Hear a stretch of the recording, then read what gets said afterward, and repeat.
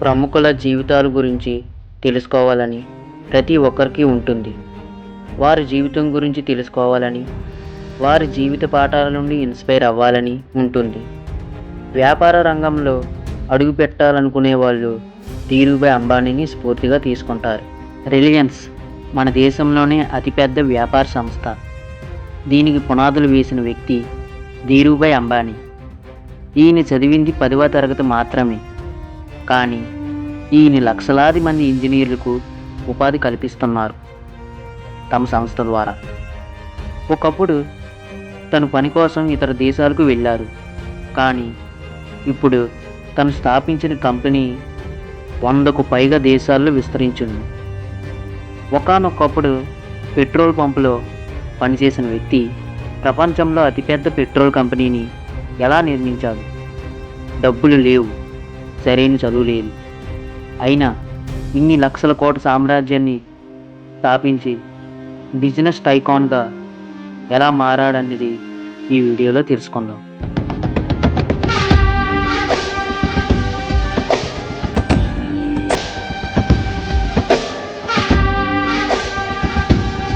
Dhirubhai Ambani 1932 December 28న చోర్వాడ్ గ్రామంలో జన్మించాడు. ధీరుభాయ్ తండ్రి స్కూల్లో టీచర్గా పనిచేసేవారు.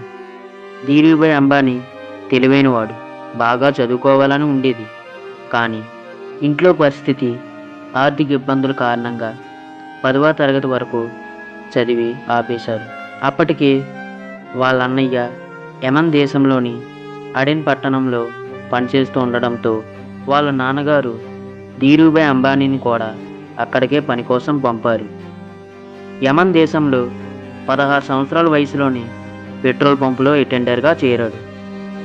అంతేకాకుండా ఏబెస్సీ అండ్ కోలో కూడా పనిచేసేవాడు. ఇది ఆహార ధాన్యాలు, పెట్రోలియం వంటి ఎన్నో వస్తువులను వివిధ దేశాలకు ఎగుమతి దిగుమతి చేసే కంపెనీ. ఇక్కడ ధీరుభాయ్ అంబానీ ఎన్నో వ్యాపార పద్ధతులను నేర్చుకున్నాడు. వివిధ వ్యాపారస్తులతో సంబంధాలు పెట్టుకున్నాడు. కంపెనీ అకౌంట్స్ ఎలా ప్రిపేర్ చేయాలి, బ్యాంకులో ఇన్సూరెన్స్ కంపెనీలతో ఎలా డీల్ చేయాలి, ఇలా ప్రతి ఒక్కటి తెలుసుకుంటూ వచ్చాడు. అలాగే ఖాళీ సమయంలో English news papers, English books చదువుతూ ఇంగ్లీష్ నేర్చుకున్నాడు. సుమారుగా 10 సంవత్సరాలు పనిచేసిన తర్వాత 1957వ సంవత్సరంలో ఇండియాకు తిరిగి వచ్చారు. 26 ఏళ్ల వయసులో ఆయన దగ్గరున్న 15,000 రూపాయలతో ముంబై నగరంలో 2 బల్లలు, 3 కుర్చీలు, ఒక టెలిఫోన్ ఉన్నటువంటి ఒక చిన్న గదిలో రిలయన్స్ కమర్షియల్ కార్పొరేషన్ అనే వ్యాపారాన్ని మొదలుపెట్టారు. దీని ద్వారా నూలు దారాలను ఇతర దేశాల నుండి దిగుమతి చేయడం, అలాగే ఇక్కడ నుండి మసాలా దినుసులు, సుగంధ ద్రవ్యాలు గల్ఫ్ దేశాలకు ఎగుమతి చేసే వ్యాపారం చేసేవాడు. అప్పటికే ఆ రంగంలో ఎన్నో మెలకువలు నేర్చుకుని ఉండడం, ఇతర దేశాల వ్యాపారస్తులతో మంచి సంబంధం కలిగి ఉండడంతో అప్పట్లో భారతదేశంలో టెక్స్టైల్ రంగానికి మంచి భవిష్యత్తు ఉంటుందని ముందే ఊహించి అహ్మదాబాద్లో టెక్స్టైల్ మిల్ని స్థాపించారు. విమల్ అనే బ్రాండ్ పేరుతో వాటిని అమ్మేవారు. ఆ సమయంలో విమల్ బెస్ట్ సెల్లింగ్ ఫ్యాబ్రిక్గా మారింది. ఈయన సంపాదించడంతో పాటుగా తన సంపాదనలో భారతీయులను కూడా భాగస్వామ్యులు చేయాలనుకున్నాడు. అందుకోసం 1977లో రిలయన్స్ కంపెనీని స్టాక్ మార్కెట్లో నమోదు చేశారు. ఆ రోజుల్లోనే 58,000 పైగా ఇన్వెస్టర్లు రిలయన్స్ కంపెనీలో షేర్లను కొన్నారు. ఆ రిలయన్స్ షేర్లు కొన్న వాళ్ళలో చాలామంది ధనవంతులుగా మారిపోయారు. కొన్ని రోజుల్లోనే Reliance company telecom, energy, IT, petrochemical ఇలా వివిధ రంగాల్లోకి విస్తరించింది. అయితే ధీరుభాయ్ గారి ప్రయాణం అంత సాఫీగా ఏం జరగలేదు. ఈయనకు ఎంతోమంది ప్రత్యర్థులు తయారయ్యారు. అవకాశం దొరికినప్పుడల్లా ధీరుభాయ్కి ప్రభుత్వం వైపు నుండి అడ్డంకులు కలిగించేవాళ్ళు, కానీ ధీరుభాయ్ వెనకడుగు వేయలేదు. వాళ్ళు ఎన్ని అడ్డంకులు కలిగిస్తే వాటిని అవకాశాలుగా మార్చుకొని మరింత ఎదిగారు ఆయన. అయితే ధీరుభాయ్ అంబానీకి 1986లో ఆయన కుడి చెయ్యికి పక్షవాతం వచ్చింది. 16 సంవత్సరాల తర్వాత మళ్ళీ తీవ్ర పక్షవాతం రావడంతో ముంబైలోని బ్రీచ్ క్యాండీ హాస్పిటల్లో చేర్చారు. వారం రోజుల పాటు కోమాలో ఉన్న ఆయన జూలై 2, 2002 సంవత్సరంలో మరణించారు. ధీరూభాయ్ అంబానీ జీవితాన్ని స్ఫూర్తిగా తీసుకొని 2007 సంవత్సరంలో గురు